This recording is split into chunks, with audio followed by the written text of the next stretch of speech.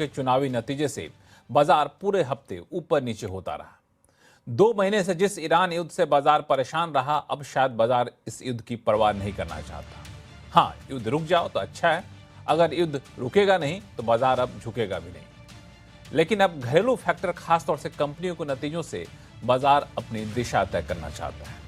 ऐसे में आप इस बाजार में क्या करें, आज आवाज अड्डा में यही जानने की कोशिश करेंगे। नमस्कार, मैं हूं लक्ष्मण राय और इस कोशिश में हमारे साथ जुड़ रहे हैं बाजार के दिग्गज मार्केट एक्सपर्ट सुनील सुब्रमण्यम साहब हैं, SW कैपिटल के पंकज जैन साहब हैं, रॉकस्टार कैपिटल के मैनेजिंग पार्टनर अभिषेक अग्रवाल साहब हैं और साथ में हमारे मैनेजिंग एडिटर अनु सिंघल साहब हैं और मार्केट एक्सपर्ट सुदीप सर हैं। सर, आप सभी मेहमानों का बहुत बहुत स्वागत है हमारे शो में। शुरुआत में अनु सिंघल सर से करना चाहूँगा मैं पहले। अनु सर, इस पूरे हफ्ते को हम लोग देखें तो क्या माना जाए, अब बाजार ईरान वॉर को लेकर के चिंता नहीं है। ईरान वॉर अगर रुक जाता है औपचारिक तौर पे तो बाजार खुश हो जाएगा, लेकिन अब उससे बहुत डरने के मूड में है नहीं।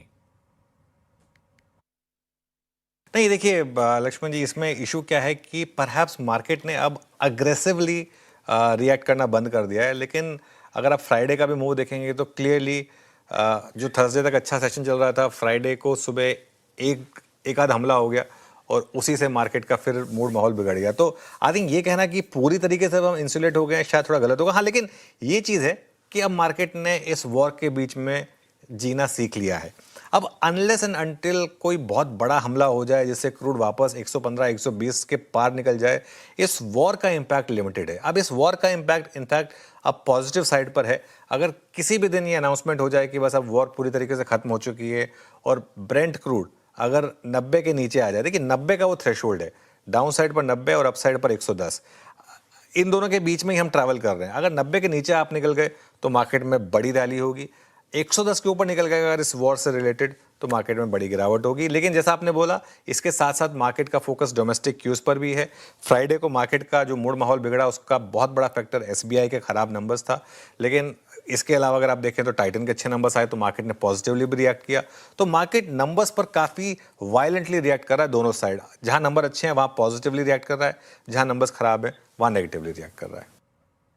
बिल्कुल, ये SBI के नंबर हों चाहे टाइटन के नंबर हों, उन दोनों पे मैं आगे चल कर के आऊँगा, आपसे चर्चा करूंगा। लेकिन आपने बड़ा अच्छा कहा कि बाजार अब इस ईरान वॉर के बीच में जीना सीख लिया है। सुनील सुब्रमण्यम साहब, अब डर नहीं है, डरना मना है। देखिए, वो एक तरह से जो अनुज जी कह रहे हैं सही है, मगर मेरा मानना है कि अगर मार्केट को वापस लाइफ टाइम हाई में आना है, यानी 26,200 के आसपास, तो जरूर वॉर की अंत की जरूरी है, क्योंकि FIS अभी भी नेगेटिव ही है इंडियन मार्केट के ऊपर। एक आध दिन थोड़ी 300-400 करोड़ खरीदारी करते हैं, मगर बाय एंड लार्ज उनका रुझान नेगेटिव है, क्योंकि जो $100 पे भी तेल रहा या 90 पे भी, उसका impact on economy, inflation, RBI की पॉलिसी, ये सब अनसर्टन है। तो FIS इतनी जल्दी से वापस नहीं आएंगे। डोमेस्टिक निवेशक ध्यान डोमेस्टिक चीजों पर आ गई है, वो मानता हूं मैं, और वो सपोर्ट दे रहे हैं। इसलिए आपने देखा कि मिड और small cap indexes large cap से बेहतर परफॉर्म कर रहे हैं, क्योंकि उनका broad ranging impact. But large cap और लार्जर मिड कैप स्पेस जहां पे FIS का आउटलुक होता है, वहां पे देखिए बढ़ती है तो आधा परसेंट, 0.25% निफ्टी बढ़ती है, और गिरती है तो भी उसी लेवल पे गिरती है। मगर एक छलांग लगाना है तो जरूर मेरा कहना है कि वॉर का अंत इंपॉर्टेंट है, क्योंकि FIS की वापसी तभी आप देख पाएंगे। तो मैं कहूंगा कि ये कहना कि वॉर डजंट मैटर, नहीं, वॉर मैटर्स, बिकॉज अभी भी 3 साल के निवेशक को पैसा बना नहीं है, 2 साल में भी नुकसान हो रहा है। तो आप 1 महीने में अच्छा किया, साल 1.5 साल में अच्छा किया, ठीक है, मगर लॉन्ग टर्म निवेशक को बहुत भारी नुकसान हुआ है in terms of the large index. तो मेरा मानना है कि वॉर अभी भी इंपॉर्टेंट है, क्योंकि FIS के लिए तेल का दाम और खास करके उससे करेंसी के ऊपर जो दबाव है, ये बहुत इंपॉर्टेंट है। और एक छोटी सी बात है जो जिसमें सुझाव चाहिए FIS के लिए, वो है IT सेक्टर। वो मेरी पसंदीदा सेक्टर है, मगर वहां पे अभी तक जो रिजल्ट्स आए बाय एंड लार्ज ठीक नहीं है इन टर्म्स ऑफ कैसे AI को टैकल करने वाले। तो FIS के मन में ये भी जरूरी है कि इंडियन IT इंडस्ट्री एक तरह से AI को टैकल करने की एक अच्छा प्लान बनाकर कम्युनिकेट करे।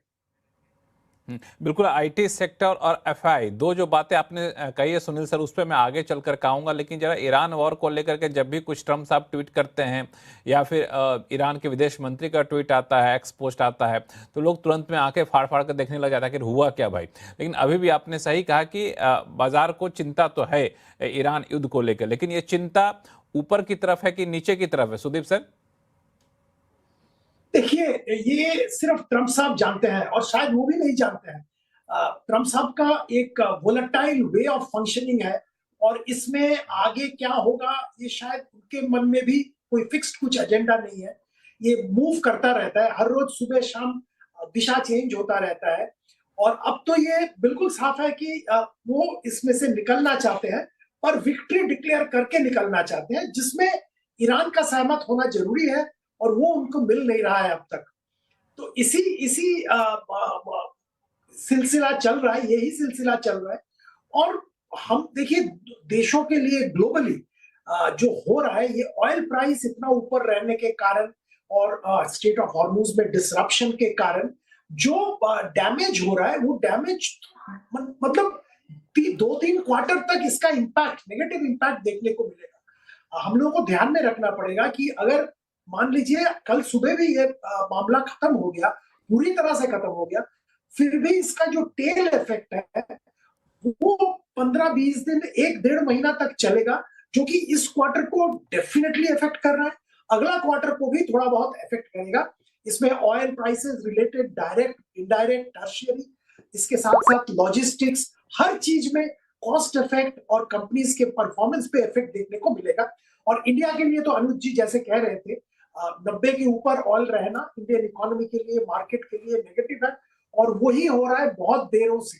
तो जितना जल्दी ये समस्या खत्म हो, सबके लिए बेहतर है, इंडिया के। लेकिन ये 90 के ऊपर ऑयल रहेगा, 90 से नीचे आएगा तो ज्यादा अच्छा, लेकिन 90 से नीचे पंकज जैन साहब जब तक वॉर खत्म नहीं हो जाता, सिचुएशन नॉर्मल नहीं हो जाता, बड़ा मुश्किल है आना। और 90 से ऊपर रहेगा तो बाजार डरता रहेगा। नमस्कार Laxman ji, thanks for having me on the show. देखो, वॉर में अगर हम देखें, जितने भी डायरेक्ट इनडायरेक्ट एक्टर्स हैंगे, जितनी भी कंट्रीज़ डायरेक्टली इन्वॉल्व हैं, उन देश की पब्लिक या फिर जितनी भी countries across the globe indirectly involve हैं, I think everybody wants to close this war और उसका रास्ता भी आई थिंक शायद अग्रसर हो रहा है। Informally war seems to be over, एक फॉर्मल कल्मिनेशन होनी है। आई थिंक एक लास्ट मैन ब्रिकमैनशिप चल रही है। अगर आज भी आप देखें जो छोटी मोटी मिसाइल एक्सचेंज हुई है, तो उन्हें लाइटर साइड पे ट्रम्प साहब ने कहा कि that was just love bite kind of a thing. So I think apart from Israel, जो कि अभी भी थोड़ा ज़्यादा एग्रेशन दिखा रहा है और उसके कारण भी हैं, I won't dwell into that, I think everybody wants war to end and I think उस तरफ ही रास्ता धीरे धीरे बढ़ रहा है, unless something dramatic happens on a U turn. और मार्केट्स भी ये परसीव करके चल रही हैं, मान के चल रही हैं कि war is almost over and formally किसी भी दिन, किसी भी वीकेंड पे अनाउंस हो सकता है। So and that is what we have to take, I think that is what we have to latch in, that is the I think 90% kind of probability. और अगर जब भी वॉर फॉर्मली एंड होती है, मेरे को लगता है कि crude definitely on immediate and in next few weeks उसके बाद आई थिंक हमारे देश को जो सबसे बड़ा कंसर्न है कि whether it settles closer to $80 या उसके नीचे। वो जब चीज़ हो जाती है, आई थिंक वॉर का जो सबसे बड़ा सबसेट हमारे को इफेक्ट कर रहा है, apart from direct war, apart for what is happening in gulf और जो हमारे गल्फ में वर्कर्स वगैरह है, इज द क्रूड। सो उस सिनेरियो में अगर हम अगले 1-2-3 हफ्ते में होते हैं, तो I think that will be a big leg up for our market, जो अभी करंट चल रहा है उसको देखते हुए। बट उसको भी मेरे को नहीं लगता कि मार्केट एक बिल्कुल एक एक्सपोनेंशियली स्ट्रॉन्ग फेज में जा सकती है, क्योंकि हमें नहीं भूलना चाहिए जो वॉर का इफेक्ट रहा, कि जैसे अभी हमारे कलीग भी कह रहे थे, जो वॉर का इफेक्ट रहा, जो Q1 के रिजल्ट्स आएंगे, आई थिंक उसमें काफ़ी सारे चैलेंजेस आएंगे। कुछ एक चैलेंजेस इवन Q4 के रिजल्ट में देखने को मिल रहे हैं और कई ऐसे सेक्टर्स होंगे जिसमें हम देख रहे हैं कि रिजल्ट्स भी अच्छे नहीं आ रहे हैं। उसके अलावा जिस तरह का एफआई फ्लो है, बड़ा डीप स्ट्रॉन्ग एफआई फ्लो अभी भी चल रहा है। पिछले भी 1 महीने में देखें तो करीब 50,000 करोड़ का एफआई फ्लो हो गया और उसके भी कई कारण है, कई बार डिस्कस भी हो चुके हैं, आगे भी हम डिस्कस करेंगे। सो चैलेंजेस हैंगे, but I think market is moving towards कि वॉर जल्दी खत्म होगा, और अगर क्रूड 90 और फिर 80 के आसपास सेटल होता है, I think that be a big leg up for our markets.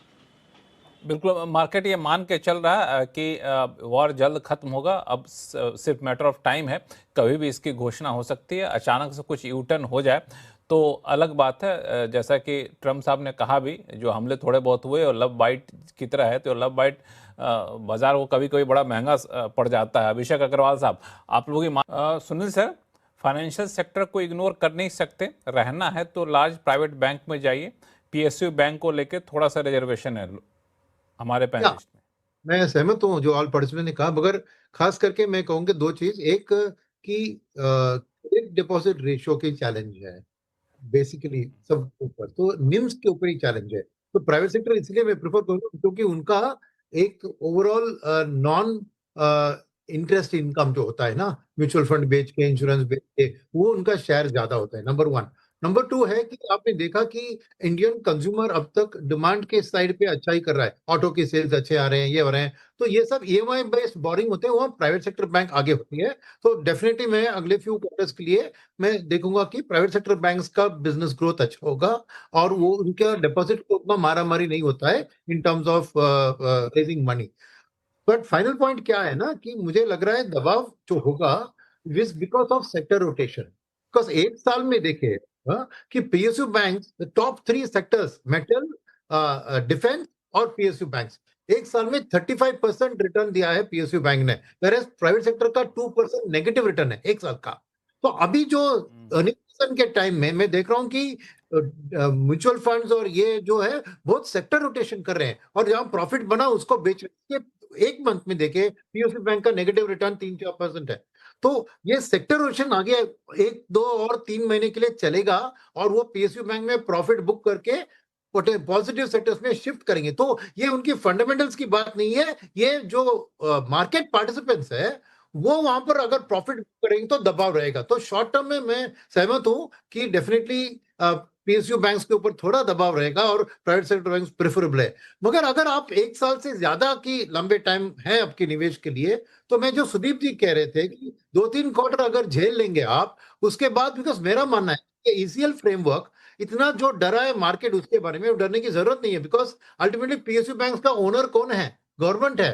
Capital किसको देना है? गवर्नमेंट को देना है। और वो कैपिटल आसानी से, एक चीज है वहां पर, डिविडेंड को कम करा के अपना कैपिटल को शोर अप कर सकते हैं पीएसयू बैंक्स। तो मेरे लिए ये ईसीएल का उतना झंझट नहीं है जो मार्केट सोच रही है। मैं तो सुनील सर, मैं तो ये पूछूंगा एक इन्वेस्टर होने के नाते कि हम क्यों 2-3 क्वार्टर अपना पैसा फंसा कर रखें? 2-3 क्वार्टर कहीं और लगा देंगे जब सारा कुछ सारे। सुनील सर, मैं तो ये पूछूंगा एक इन्वेस्टर होने के नाते कि हम क्यों 2-3 क्वार्टर अपना पैसा फंसा कर रखें? 2-3 क्वार्टर कहीं और लगा देंगे जब सारा कुछ सारे बम्प हट जाएंगे, तब हम जाएंगे लगाने के लिए। देखिए, हम शेर के साथ ये नहीं कर सकते और डेयर के साथ भाग नहीं सकते। जैसे ना कि आप एग्जैक्टली 3 मंथ का टाइम ले, फिर मैं वापस घुसूंगा, ये नहीं है, बस की बात नहीं है। कोई टाइमिंग को बॉटम सही से पकड़ा नहीं है, टॉप को कहीं से पकड़ा नहीं है। तो जो ऑलरेडी ओन कर रहे हैं उनसे मैं कह रहा हूं कि पैनिक करके बेचिए मत। और अच्छा, जो ओन कर रहे हैं वो बेचे ना। हाँ, और वे जो खरीद रहे हैं उसको स्टैगर तरीके से खरीदिए, तो एक लमसम में मत डालिए। मगर मैं ये नहीं कहूंगा कि आप पूरे हट जाए इससे, फिर डाइवर्सिफिकेशन का मीनिंग है ना।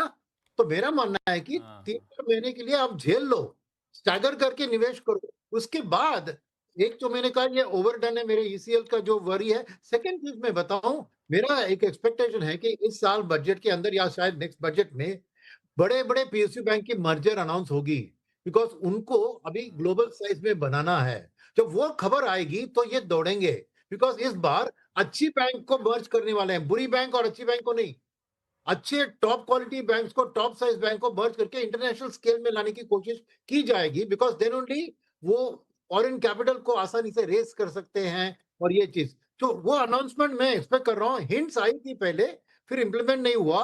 जरूर मैं मानता हूं कि वो एक इंपेरेटिव है, और जब वो आएगी तो पीएसयू बैंक में रुझान वापस बढ़ेगा। ये टाइमिंग आप सही पकड़ नहीं पाओगे। इसलिए मेरा मानना है कि शॉर्ट टर्म में चैलेंजेस रहेंगे, ये मानते हुए आप पैनिक मत कीजिए, और शॉर्ट